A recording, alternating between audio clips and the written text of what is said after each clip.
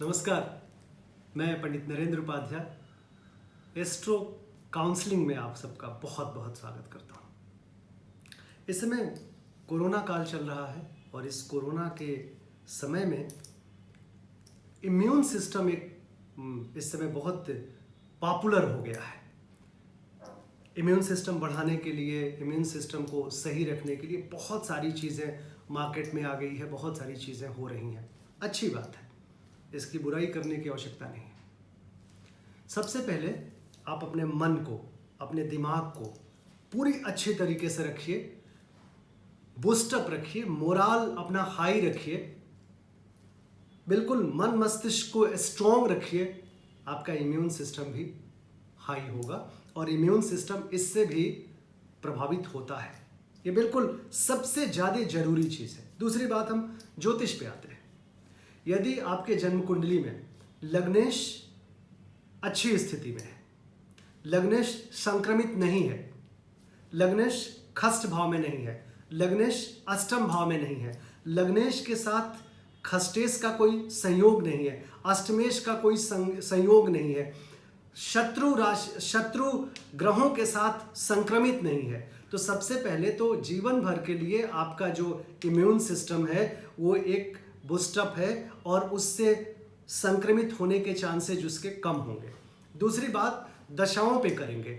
यदि आपकी दशा भी अच्छी है और लग्नेश की स्थिति भी अच्छी है तो आप करीब करीब 80% बिल्कुल ठीक है। कुछ अगर होगा भी तो कुछ भी प्रॉब्लम नहीं होगी। तीसरी बात, हम आते हैं गोचर पे।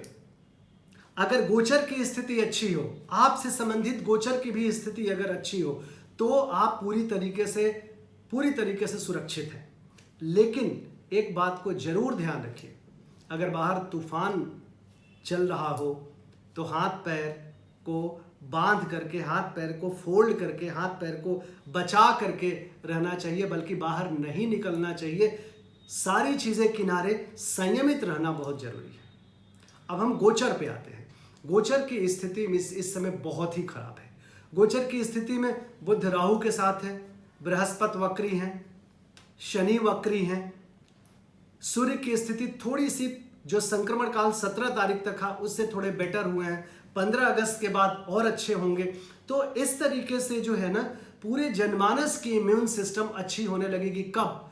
जब सूर्य स्वगृही हो जाएंगे 15 अगस्त के बाद, तो आपके पूरे जनमानस की एक इम्यून सिस्टम काम करेगा। यदि आपके कुंडली में लग्न की स्थिति, लग्नेश की स्थिति खराब है तो आपको घबराने की जरूरत है। लेकिन यदि नहीं है तो आपका एस्ट्रोलॉजिकल इम्यून सिस्टम आपका बहुत सही है। अब इस समय जो गोचर में चल रहा है, जैसे बृहस्पति से कौन कौन सी राशियां प्रभावित होंगी। बृहस्पति से इस समय धनु राशि और मीन राशि प्रभावित होगी।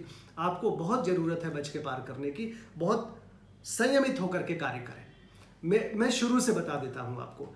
मेष लग्न अच्छी स्थिति में चल रहा है, वृषभ लग्न अच्छी स्थिति में चल रहा है, मिथुन लग्न जो है, देखिए मैं बात लग्न की कर रहा हूं, राशियों पे मत जाइएगा, अपने लग्न से देखिएगा इस चीज को।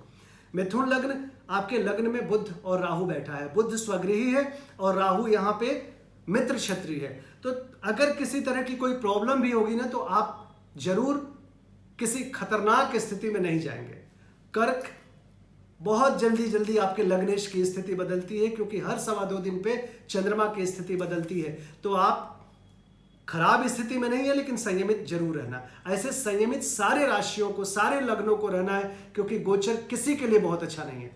सिंह, आपके लग्नेश द्वादश भाव में है, इस वजह से कमजोर इम्यून सिस्टम है, खराब नहीं है। कन्या, लग्नेश राहु के साथ है, मध्यम है, बहुत अच्छा नहीं है, बहुत बुरा नहीं है। तुला, लग्नेश आपका खष्ट भाव में बैठा हुआ है, इसलिए डिस्टर्बेंस रहेगी, तो थोड़ा सा ध्यान देने की आवश्यकता होगी। वृश्चिक लग्न का लग्नेश मित्र क्षेत्रीय है, इसलिए बहुत परेशान होने की आवश्यकता नहीं है, लेकिन संयमित रहने की जरूरत है। धनु राशि, संयमित रहने की जरूरत है, लग्नेश आपका वक्री चल रहा है। मकर, लग्नेश वक्री है, शनि। कुंभ, लग्नेश वक्री है, शनि। मीन, लग्नेश वक्री है, बृहस्पति। कुल मिलाकर के गोचर की स्थिति बहुत ही मध्यम से भी खराब है, इसलिए सबको संयमित रहना है, लेकिन अपना मोराल हाई रखना है। कोई जरूरी नहीं है कि किसी भी तरीके से आप संक्रमित हो जाते हैं तो आपको कोई बहुत बड़ा नुकसान हो जाए। आप मोराल अपना हाई रखिए, अपना मन ठीक रखिए, मस्तिष्क ठीक रखिए, ईश्वर सब अच्छा करेगा, लेकिन किसी भी तरह की कोई रिस्क मत लीजिए। बस इतना ध्यान रखिए, हम लोग पहले भी थे, आज भी हैं और आगे भी रहेंगे, लेकिन फिर मैं बताऊं, संयमित रहिए, ईश्वर में आस्था रखिए, सब अच्छा होगा। नमस्कार, आप हमारे चैनल को लाइक और सब्सक्राइब करते रहिए। इसी तरीके से कुछ कुछ बातें मैं आपके साथ शेयर करता रहूँगा।